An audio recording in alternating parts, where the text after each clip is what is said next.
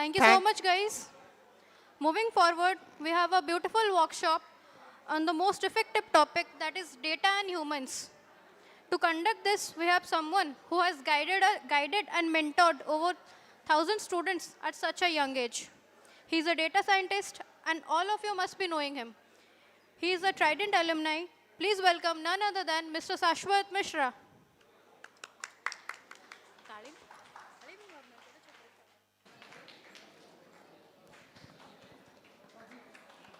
Hello.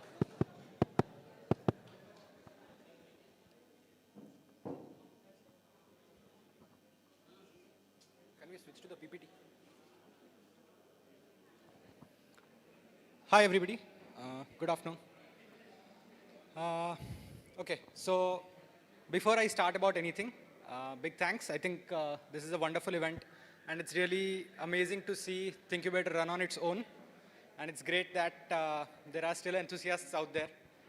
And I think it's a big honor for me as well. It's a privilege that I keep getting called. I love doing this, of course. Okay, and point number 2 would be, although I had the notice, I had very less time to prepare for this. So I did not have a great designer with me. It's just how it is. So focus on the content, focus on what I'm talking, less on the PPT. And thing number 3 is, this presentation is a very Gen Z, millennial-friendly presentation. Okay, I'm a little sorry for people who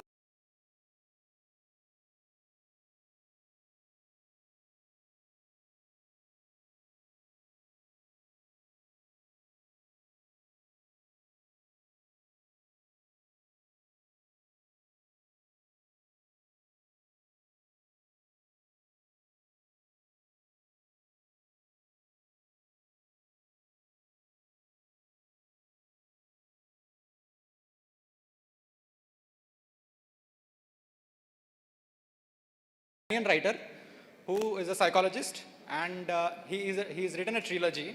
One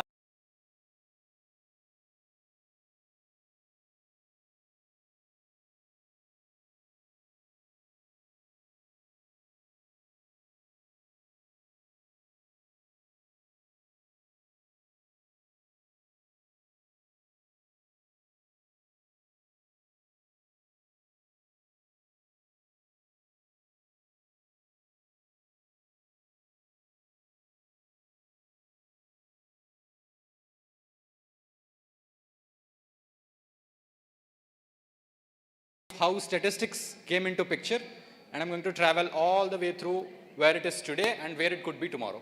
That's my agenda, okay?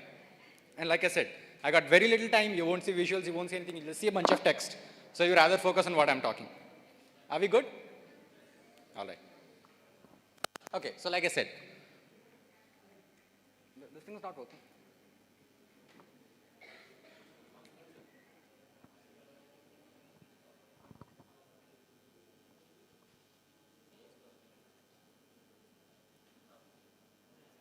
Okay, oh my God. I did not mean to write this in Egyptian. Really sorry, one second.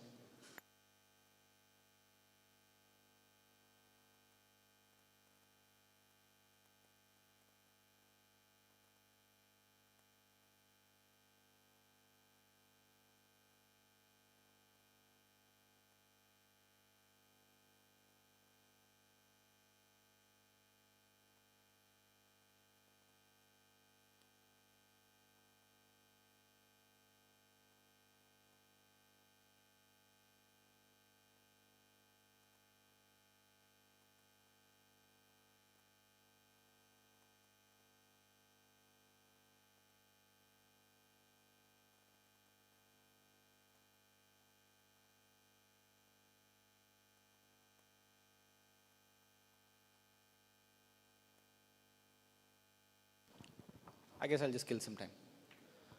Okay, although the topic today is data, I'll just touch machine learning a bit, just on the edge of it. Is there anybody who's into data sciences in general? Like you have heard or tried to learn a little bit about machine learning or any of data sciences? Anybody? No? Okay. How many of you enjoy maths? Maths like algebra, statistics, matrices? No? Okay. What's your background? Computer science, right? All of you? Okay. All right. So don't think you are away from maths as such. You still have a lot of maths to do in life as a computer scientist. But okay, let me put it this way for all the math lovers out there. Okay, let's try to define a problem. Okay, so I want some wizard AI to be able to predict whether or not a particular amount of lead discharge from some factory will affect or basically how badly will it affect the people around that particular river.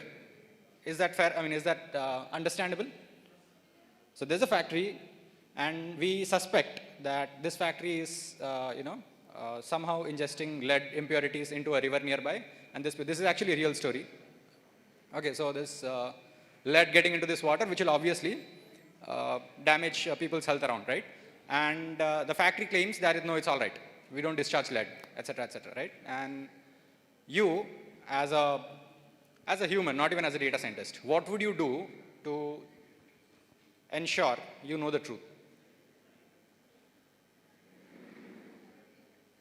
What would you do as a human? Forget data science, forget computer science. What would you do as a human? How would you test? Or how will you put in evidence? How will you show evidence? Okay, let's make it simpler. Let's make it a little simpler. All right. So, okay, the most popular machine learning example out there. So let's say we have real estate data. I have the size of a house. Okay, I know the number of rooms in that house. I need to be able to predict the cost of the house. Much better? So tell me, how will you do this?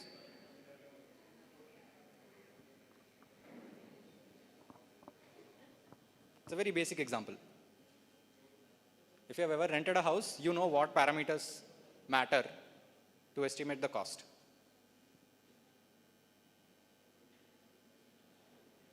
Okay, let's just start with this. What do you think are the factors to estimate the cost or maybe just the rent amount of a house? What are the factors? Quality as in age?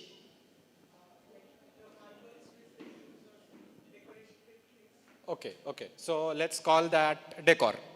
Okay. So decor, not a ratio. Decor quality between 1 and 10. Okay. All right. What else? Number of rooms. Yes. What else? What is the most basic thing? Come on. Carpet area or size of the house, right? Size of the house. What else? Location, safety, security. Yes. So safety, security can also be a grade between 1 to 10. Location can be maybe categorized urban, rural, semi-urban, right? All of that. And security. How would we categorize security? Maybe that also will grade 1 to 10. Maybe 1, 2, 3. That's good enough. All right. So we know these are the factors that matter. Now what do we need to get the value? We need some numbers. We don't know we do know that size matters a lot, but we don't know how much. If I knew that in calculating the cost of a house, the size of the house is 0.47 that's the proportion. That's the ratio in how much that matters. Am I making sense? Right? To calculate the price of a house, there is 100% of value, right? 50% of that comes from size, let's say. 40% of that comes from number of rooms. 10% of that comes from security. 10% of that comes from size, the number of rooms, etc. Right? We just don't know how much what matters. Are you with me so far? Are you? Where did you lose me? They're busy with themselves. Right. Come on, you're embarrassing us. Us as in. All right, let me start again. There's a house. We need to estimate the cost of the house. All right? We just discussed what all factors are important. What we don't know is what factor is important in what proportion. With me? Right? Okay. All right. So we'll just throw in random numbers. We'll say that the size of the house matters to 30%, safety matters to 30%, number of room matters 10%, decor matters 5%. We'll put all of that together. the value that we get, will that be right or will that be wrong?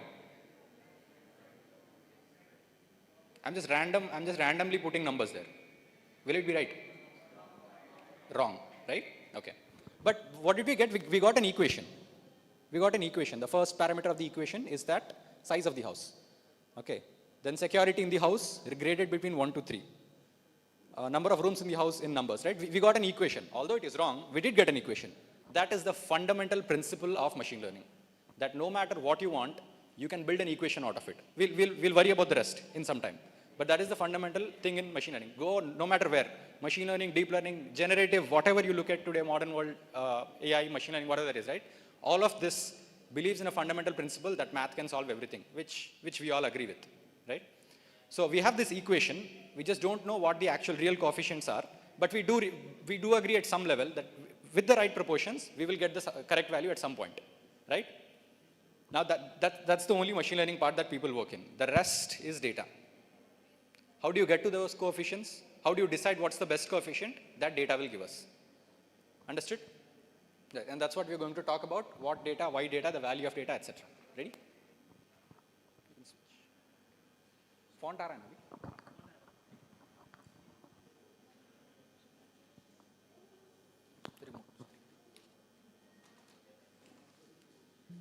Okay, thanks. All right, so like I said, we'll go back to 3000 BC.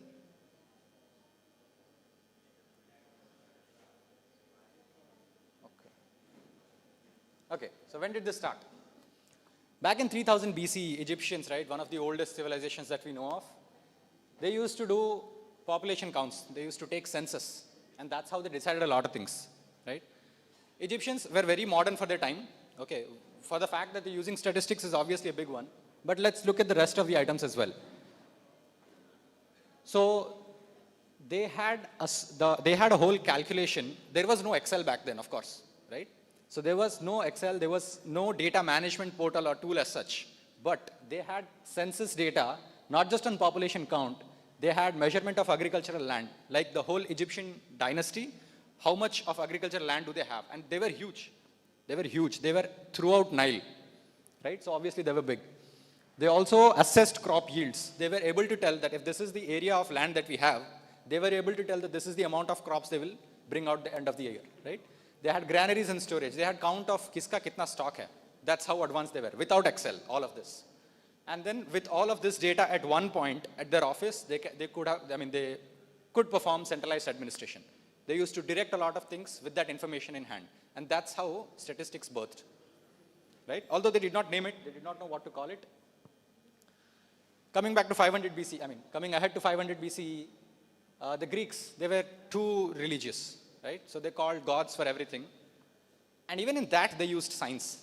They used maths, right? So they used to perform astronomical calculations. They used to be able to predict the phase of the moon with no telescope. Telescope did not come until 1600s. They used to predict the phase of the moon, right? The shape of the moon. Because they had to pray, for different reasons, of course, but they could use statistics. And Athens, I'm a big fan of Athens. They used to calculate tax. You know how tax is calculated, right? You have to calculate the whole kingdom's value first. Then you decide how you slab your taxes. And all of this, I'm the biggest fan because they did all of this without Excel again. And then by the time Greeks came in, they understood that statistics is a science. They understood that this is to be studied. They had people working on it, right? Especially Eudoxus. Eudoxus came up with the ratio theory.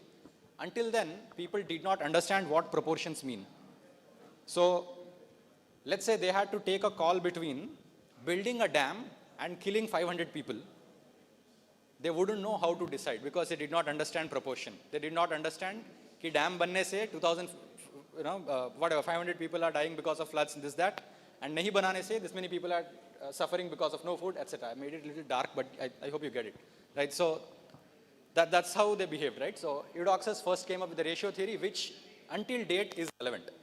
You do work with ratios, right? A by B equals C by D. That means they are in proportion, right? That's what this is. And not just values, they are in proportion. Okay, then by the Middle Ages, this became a necessity.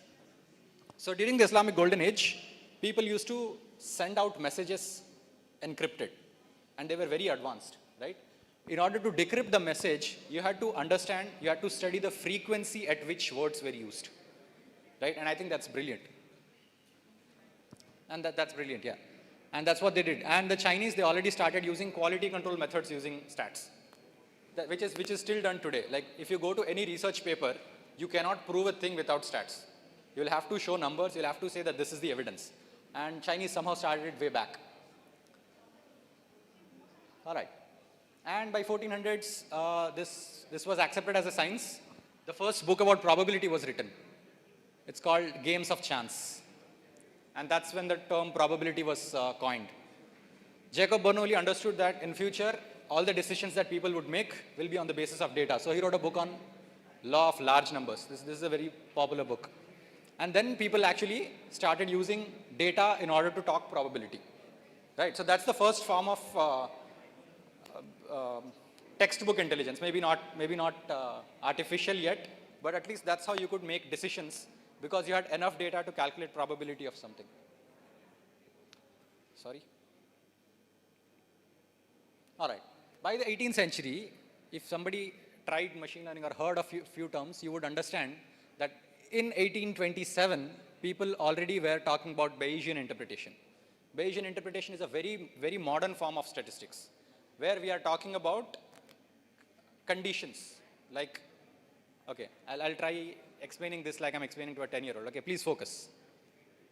All right, here, everybody please. Let's say, can I please get some eyes here? Thank you. Okay, so let's say, you have done this in school. Let's say you have a bag, okay? Your friend told you that this bag contains red and blue marbles, okay? You have to calculate the probability of, if I take out 3 marbles, what are the chances 3 of them will be red? Very simple question, Gisa beta, you have heard a lot about this. What Bayesian probability is though, before you start, you have a hunch, you have a feeling that this is majorly red or this is majorly blue. And you embed that feeling that you have, right? So this is basically theory without evidence. You have a theory, but you do not have any evidence. You embed this theory without evidence into your probabilistic calculations. And this was way back. Can we just stick to the slide? Just stick to the slide.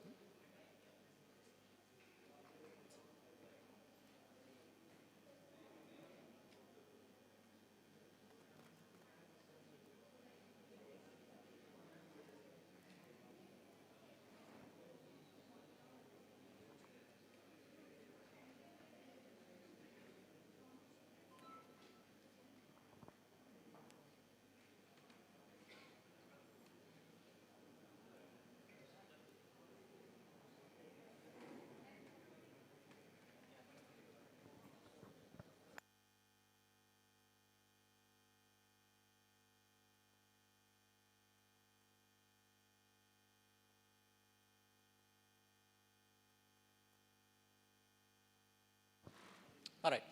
So like I was saying, that's how advanced they are. And if you look at Gauss already created regression analysis by then. Regression analysis till date is used in extremely modern machine learning models. Regression has gone nowhere. Regression basically can help you predict any number when you have enough numbers as input. The housing example that I was talking about, that's a perfect example of where regression analysis would work.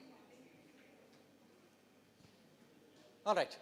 So by 19th century, correlation was a thing. People started establishing departments for statistics and for data and statistics.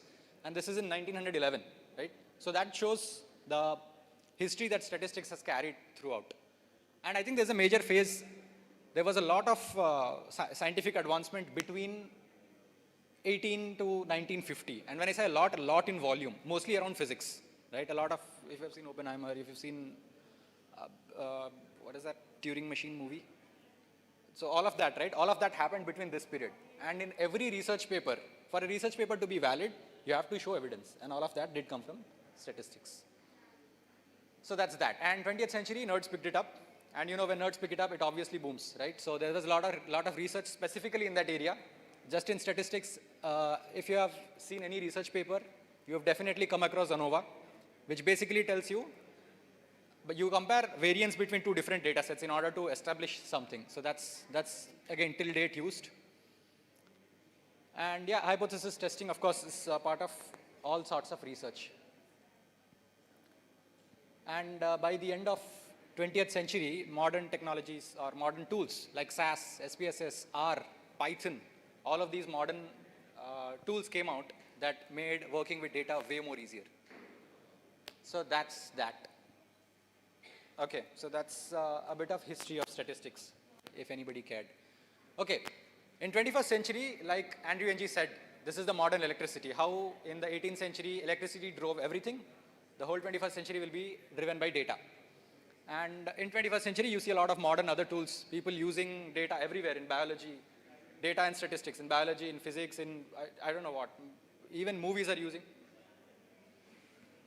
using data these days, right? In order to tell you, so there was a research conducted by one of the universities in US, I don't remember the name, and they went out collecting data about what in a movie matters the most to audience, and they're building a movie around it. So that's how impactful data is today. We'll talk more about this. But any questions so far? Anything that you're wondering about? All right. So what is the magic that data has shown so far? We have talked about how statistics advanced, but we never talked about the impact it made. So let's talk about a few wizardry things that data has done, right? So first thing is, okay, this is interesting. Right after World War II, US had a lot of money left with them, and they had a lot of name in the world, and marketing was an industry that boomed, okay? And if you've noticed any movie, any series from that period, everybody is smoking. Do you know why? That's how good marketing they had, especially the tobacco companies. And it was a thing. Everybody was smoking. And it was a social thing. It's a status thing, right? And that's how they sold it. Anybody who came up with research saying no, smoking causes cancer, smoking does this, that, they had enough money to kill them. Not exactly kill them, but to kill the research, right? And there was no enough evidence for the government to take action either. Until in 1950, Richard Doll and Bradford Hill, they published their series of papers showing correlation between smoking and cancer. And that's when the world started accepting, right? So that's the impact that it made with these statistical findings. A lot of people today at least are aware that smoking causes cancer, which until then was a myth, right? Okay, Higgs boson. Have you heard of Higgs boson? It's one of the greatest scientific discoveries of this century.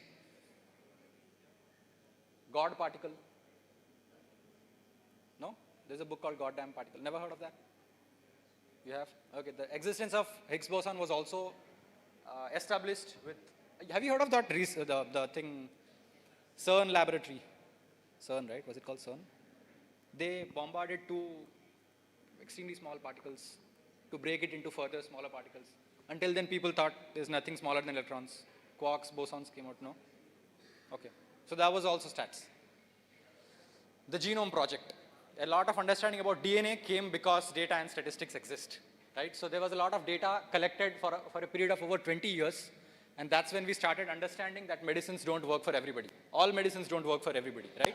So today, there are modern products, so modern startups that are working on this, that can tell you that if you have a headache, that this chemical in this amount, in these doses, and in these many hours, you'll be perfectly all right. Because that medicine is tailored for your DNA.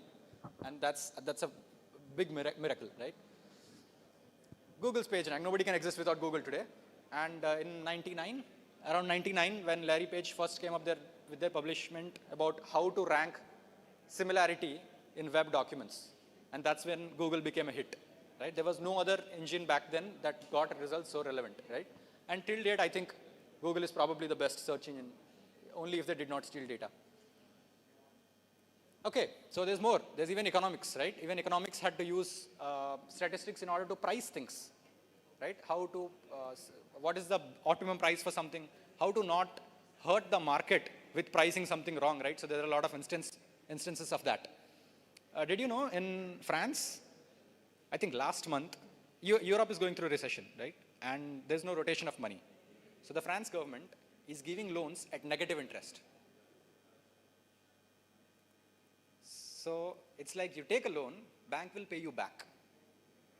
Read about it, you'll understand, right? And that conclusion could only come because there was enough evidence in the form of data to give us the exact negative 0.5%, to give us that number. All right, so we are going to walk through a very simple exercise. I'm not sure how many of you would be interested, but I think this will be fun, okay? So we are going to act like data scientists here, and we have a very simple scenario. We all use wearables, right? Apple Watches, Fitbits, all of that, right? And we don't know anything about how the world around that works, but we'll just try theorizing what sort of data can I collect from these wearable devices, not exactly watches. There are a lot of things. Like there's patches coming in for old people, there's shoes, there's even shirts that are coming out with wearable gadgets, right? So let's try to sit and think of what sort of data can we collect, what can we deliver. And we'll talk about consequences for a few minutes after that. Are we good? All right, so tell me. Why is this coming back? Okay, all right. So feel free to talk now. So in a wearable gadget, okay, what sort of wearable gadget would you make? Okay, let's put it this way. What sort of wearable gadget would you make? What data would you collect? And what will you deliver with it?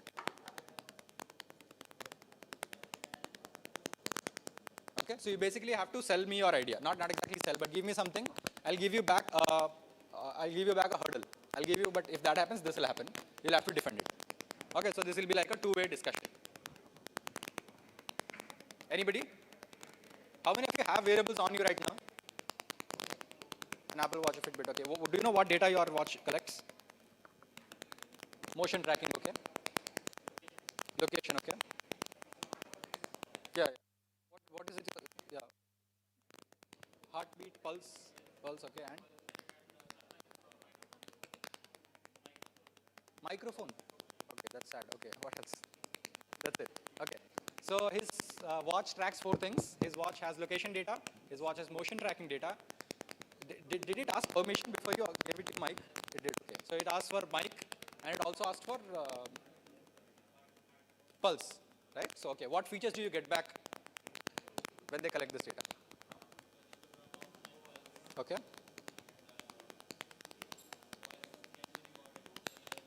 Voice can be covered. Okay. Timelining. Okay. And they give you health things. How much did you walk? How much did you move? All of that. Okay. Sorry, ma'am. How much distance you walk? Perfect. Sleep time as well, right? So it also tracks sleeping behavior. All right. So this watch, or do you use one? Do you use one? You do. Okay. So collectively, we know so far that it tracks your motion, which in return gives you. इसमें सारे.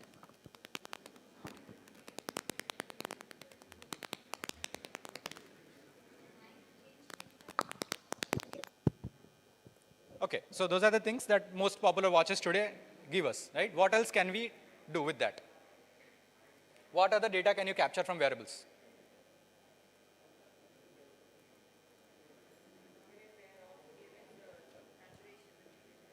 Saturation, like room oxygen saturation. All right, okay, oxygen saturation, amazing. What else? What else? Nobody else has a smartwatch. You never wonder about these things. Sorry?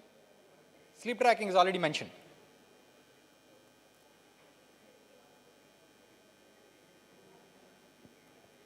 There is a very specific reason why I chose such a sensitive topic. We'll get to that part later. But let's first think what else can be done. Yeah. Yes. Yes. What other data items can we capture? What can we deliver in return? Sorry? Yeah, all of that is covered. All of that is already said. Yeah. Okay, I'll give you an example of interesting ways people have collected data in the past. You may not even believe me. Okay, hear me out. Do you see those CAPTCHA things, right, that Google had started? Okay. What do you think is happening there? Why does that exist? There are several ways of doing it. I agree. That's the objective that Google shows to people, right? That we are trying to differentiate people from automations, right? Yeah, from robots, right? But was there no other way? There's that sort of captcha also. Good companies use that, where you have to solve a puzzle, you'll walk in as a human. But what is Google doing? Why do you think Google is doing that? Okay. Google does a lot of AI stuff, no doubt, right?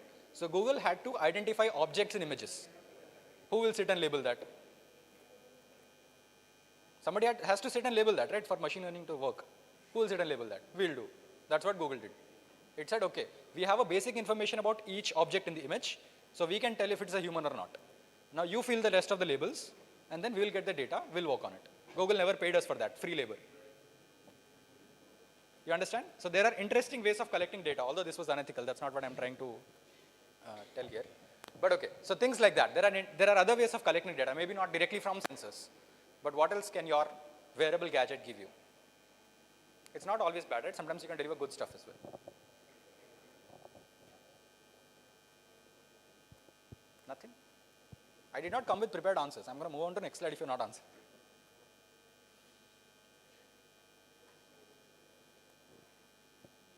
What all wearables are you familiar with? Watch is one. What else? Sorry?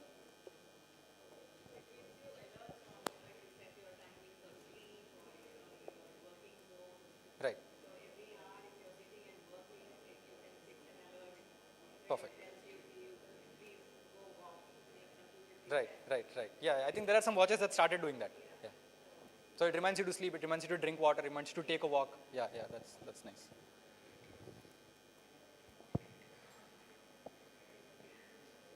Okay, one more thing. I think MI came up with this feature. When MI bands were still in fashion, they had a event training thing. So if you can add a custom event for, let's say you are cycling. And for example, cycling was not a part of their existing event. You can say that I'm cycling and you can start cycling. It will start to learn. And then you could add any sort of activity as such. Mountain climbing, you can do whatever you want. Right? Gym, a particular equipment in the gym, you can do all of that, and all of that will be tracked. Make sense? You need more examples of interesting ways of collecting data? I'm only giving you bad examples for some reason. Okay, but here it goes. Do you know why TikTok was banned? A lot of countries banned TikTok. Do you know why? And I'm not just blurting it out because I read it on Instagram. I've actually done research. Okay, hear me out. Which is why I was a little concerned when you said your watch asks for mic. Okay, hear me out. So, TikTok is a Chinese company. Any Chinese company is hard to trust. Okay, when I say Chinese company, it did not come out from China, but it is heavily backed by Chinese investors, right? So what they did is they had geofencing, so they know where a particular app is being used. If it is in China, social media has this thing. Social media has a reward system, right? So the more content that you watch, the app will understand that this is the kind of content you like. Okay, Instagram does that, Facebook does that, okay? But what TikTok did is that if it was within the boundaries of China, you would be rewarded. Youngsters are the one that uses social media the most. So you will be rewarded when you watch videos like you're building something, you're building a watch, you're working on some EV vehicle. Kids do that a lot in China, right? So those are the sort of videos that were auto-rewarded in Chinese regions. Is that making sense? So you will watch videos more of creativity, more of productivity, right? More of how technology can be used, how good the Chinese government is. You will watch videos of that. However, outside Chinese borders, it used to reward people with stupid dances, all those trends that you see on social media, those were being rewarded a lot, right? And this obviously was a violation, and that's how a large mass of the country today is busy with that. You understand what I'm saying? Yeah, that's how they use data. I don't know why, okay. I'll give you a good example also, wait. There's more unethical people in the world today running, so. Okay, there is a video on TensorFlow on YouTube where there's a small village in Africa and they have a very specific crop that they grow for food. They don't have anything else, zero other options, right? And there was a season when suddenly all of these crops were infected and they did not know what to do. So there were a lot of farmer suicides and all of that. So Google's own TensorFlow team walked down there, they collected data and they created a simple app in their own language that could predict that this crop is going to be affected, pull it from root so that it stops spreading. And they stop the disease forever with proper boundaries. You'll find that video on YouTube. You can just search for TensorFlow crop, whatever. YouTube is very good with data. Okay. And have you seen those videos where you go to an Android phone, you just put it there, and you start talking about something without mics or without anything enabled, and later you'll see ads of that. Yeah, so that's the thing. That's how people collect data in different ways. Anyways, I think this is something that you can go back, do as a work exercise later if you're free sometime. Additionally, there is this thing that I believe in. I call it incubation. I think the term itself is called incubation. But this is more of incubating with your mind. Every time you learn something, you obviously cannot implement it right away out of the box. So what you do is, you live with that. You do what you're doing every day, but with the thought in mind. And then you'll start seeing how it can be used in everyday things. Anyways. Okay, so let's just talk about some modern innovations that data or machine learning has in general has brought today.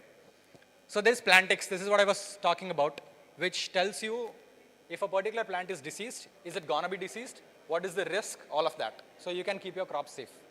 Then there is Analytic, which uses radio diagnostics. I think this is a very, what happened? Did you find something exciting?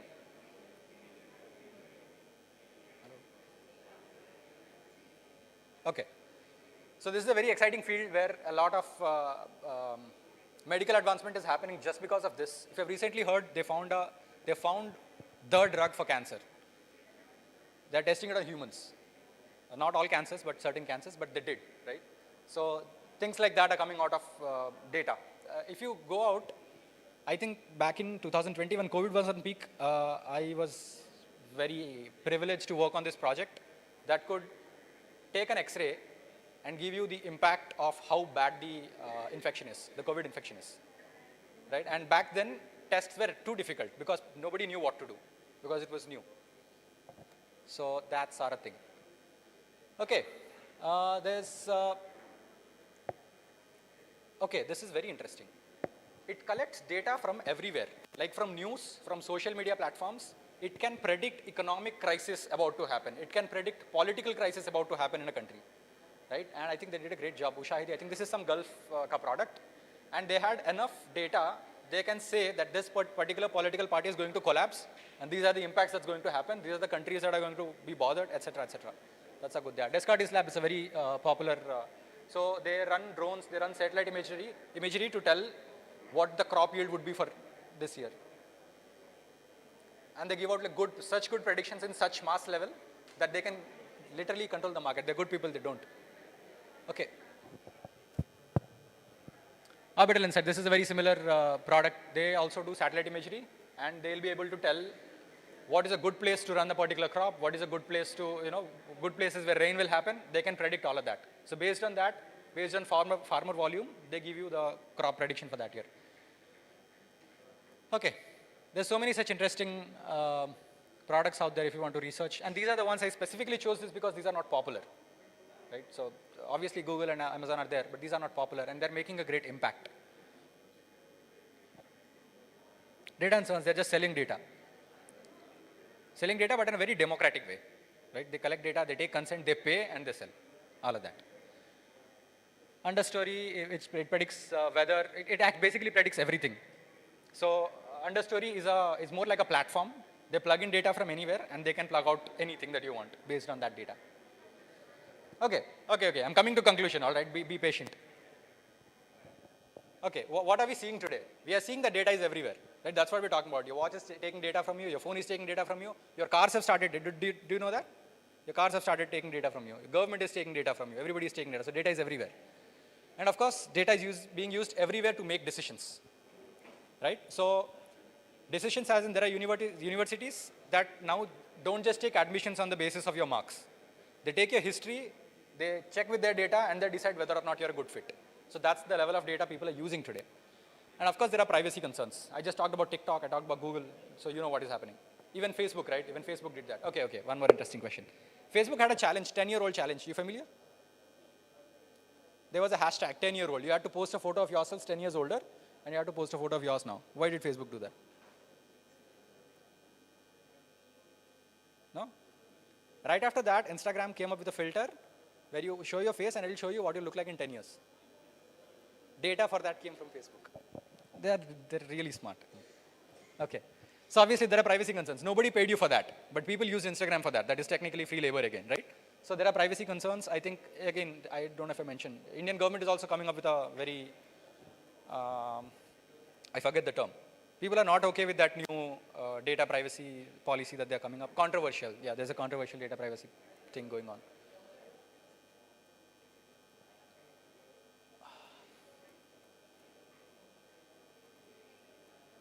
Okay, obviously, data regulation. A lot of countries will come up with their own policies. That's what I was talking about. A lot of advanced countries have already established theirs, and they pretty much stick to that very, very strictly. Singapore has their own, I think it's called SGDPR. Europe has GDPR. US has their own this thing. So all of that that we can see today. And AI and ML obviously fuel for everything. All modern startups are looking for, they're looking for investments today, either use data at some level or use some sort of machine learning, predictive analytics at some point. So that is definitely today, not even the future, that is today.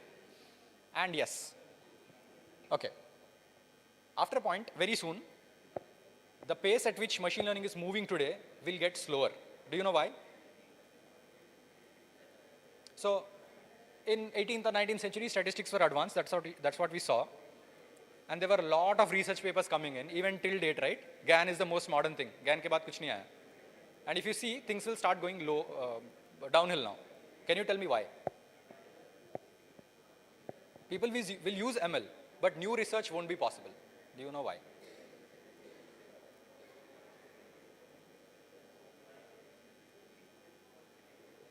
Have you heard of a company called NVIDIA? NVIDIA. It builds graphics cards for laptops. Not just that, they build bigger graphics stations as well. Right? You heard of NVIDIA. NVIDIA does not do machine learning research. Why are they so popular in machine learning? What are they offering?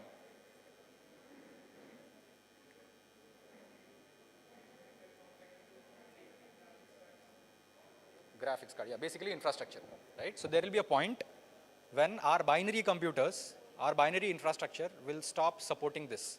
Have you heard of quantum computing? Okay, go check that out if you didn't, okay? So until that comes into picture, we cannot do more research because we have maximized everything. We have used supercomputers, we have spent crores on that. We have done a lot of research, and I think we are full to our infra now. So until a new infra revolution comes in, maybe we'll go a little slow until then. Okay, so that's today. What are we expecting for tomorrow? I think battery khatam ho gaya.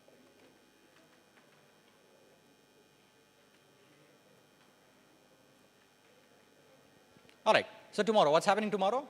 You'll see IoT everywhere. Today, even today, if you go to big factories, they're not using any technology. It's still, have you heard of OSL? Stevedos, one of the biggest companies of Odisha. Paradeep OSL? No? Okay, they run a 400 crore company, and the only technology they use is SAP. So there's a lot of potential there for automation. They have labor management, they have their vehicle management, they have their other forms of resource management. They manufacture a lot of stuff, right? They work with a lot of logistic agencies, but they don't use technology at all, right? So this is one of the biggest companies around, right? So there's a lot of area still vacant for IoT to come into picture, and I think that will be very fastly filling. And they'll be decentralized. Okay, I'm finishing. Calm down, calm down. Like I said, there's privacy issues right now, and when blockchain will come at the same level of machine learning today, then there will be no privacy concern anymore, right? Because blockchain can ensure authorization, authentication very well, and no other company of yours can serve anybody else with your data, right? So that will be a big revolution that's coming in. Then there's quantum computing. Of course, this is still new. Nobody knows how far this will go. Nobody knows what's the best way to do it. There's not enough money to invest here right now. So that's something that will come up later. And obviously, companies will have to, okay, the problem here is we are engineers, right? We are going to an engineering college, and we don't understand data privacy ourselves very well, right? So companies are still fooling us. The day we understand, realize this, when we challenge these big firms, only then they will start serving us privacy. There was a company called Signal. Have you heard of it? Signal. They wanted to compete with WhatsApp. WhatsApp still guarantees third party, whatever that is called.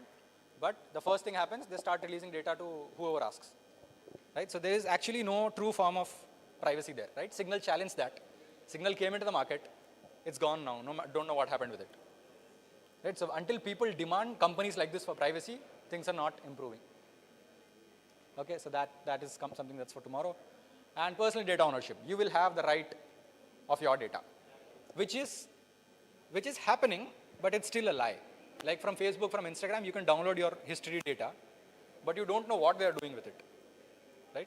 There is a documentary on this.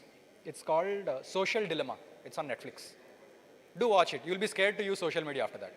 And it's real. It's created by people that left these big companies. Chief Monetization Officer of Facebook, it was his idea, and he knows what he did. Definitely give it a watch. And synthetic data, this is very interesting. So this is a very recent news.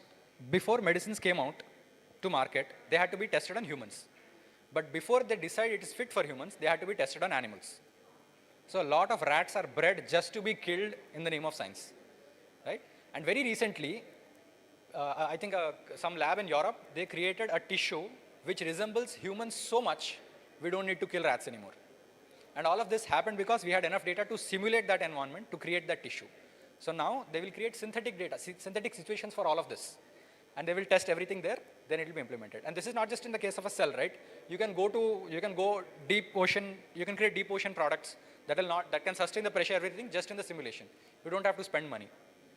You can go build build tools that can work inside a volcano by creating a simulation. So you have less damage, you have less waste. So everything that you do, all the testing that you do will be a simulated and very really simulated environment. So synthetic data is also a big thing. If you think about GPT, generative, I forgot. Anyways, these generative models, they are very similar to synthetic data. They can create patterns out of existing patterns, right? So that's for tomorrow. Okay, I was very confused on who should I quote here, but I finally chose to quote Claudia. Have you heard of this girl, this woman? She works for 2 Sigma. She is the chief data scientist there. And this is what she thinks. This is what I wanted to put in your heads today. That was my idea.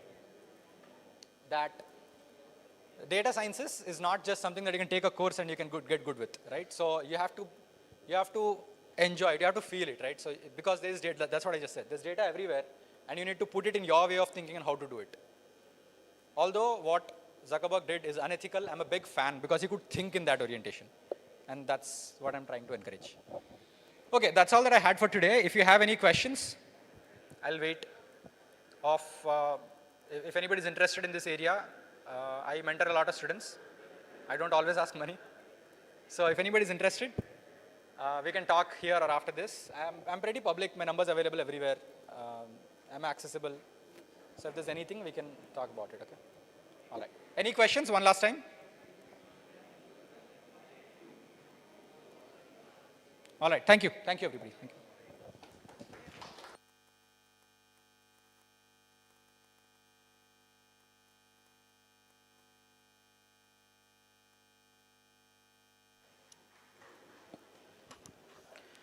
Thank you, Saswat Bhaiya, for this beautiful workshop. And I would like Arundhati ma'am to come up on the stage and felicitate Saswat Misra.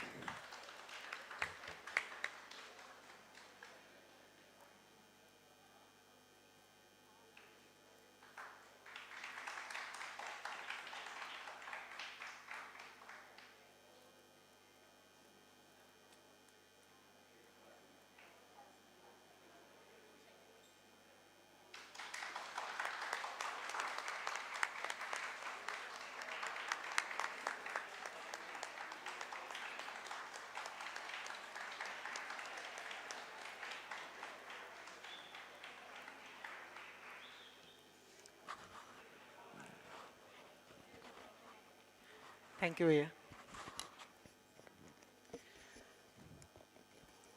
So we are around the end of this event. Before closing the event, I would like to end it with a Shayari. So it goes like, अरे वो बगीचा ही क्या जिसमें माली ना हो, अरे वो बगीचा ही क्या जिसमें माली ना हो, वो झगड़ा ही क्या जिसमें गाली ना हो, वो ससुराल ही क्या जिसमें साली ना हो, और वो ऑडियंस ही किया जिसमें ताली ना हो.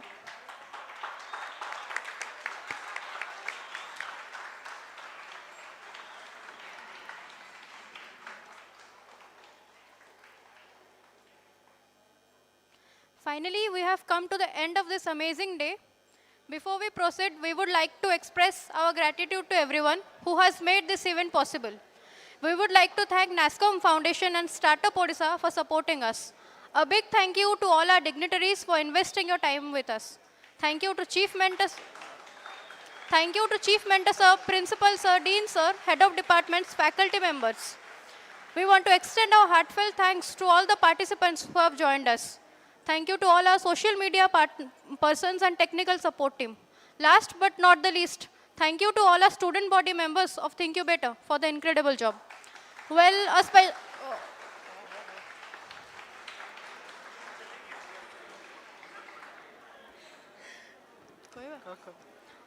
special thanks to Debaspati Mahapatra for managing and coordinating the event. With this much, I am Manashwini.